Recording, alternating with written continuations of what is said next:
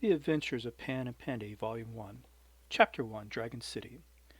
Jared went to the zoo as he did every week to see Pan and Pandi, the new panda bear brothers that had come to the zoo directly from China in the past month. Most panda enclosures would be very simple, but this enclosure was built differently for these two panda bears with multiple hobbies and interests. The primary first floor was reserved for visitors and special guests, and Jared and his parents fit into the VIP special guest status.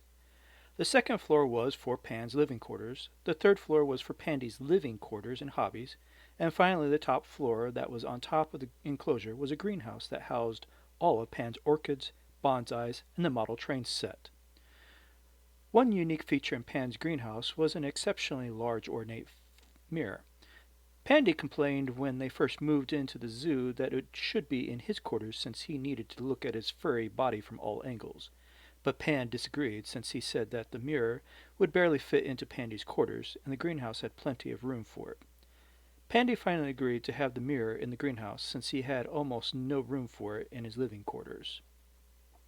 When Jared arrived at the first floor of Pan and Pandy's enclosure, he didn't find them, so he decided to take the stairs on the outside of the enclosure to get to the greenhouse.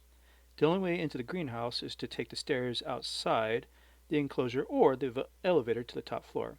Most people would ask why a panda enclosure would have an elevator to begin with. The answer is quite simple.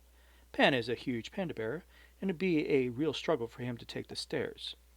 Pandy, on the other hand, has no problems with taking the stairs or the elevator since he's an average-sized panda and keeps himself fit since he enjoys making himself look good in front of the mirrors when he goes past them.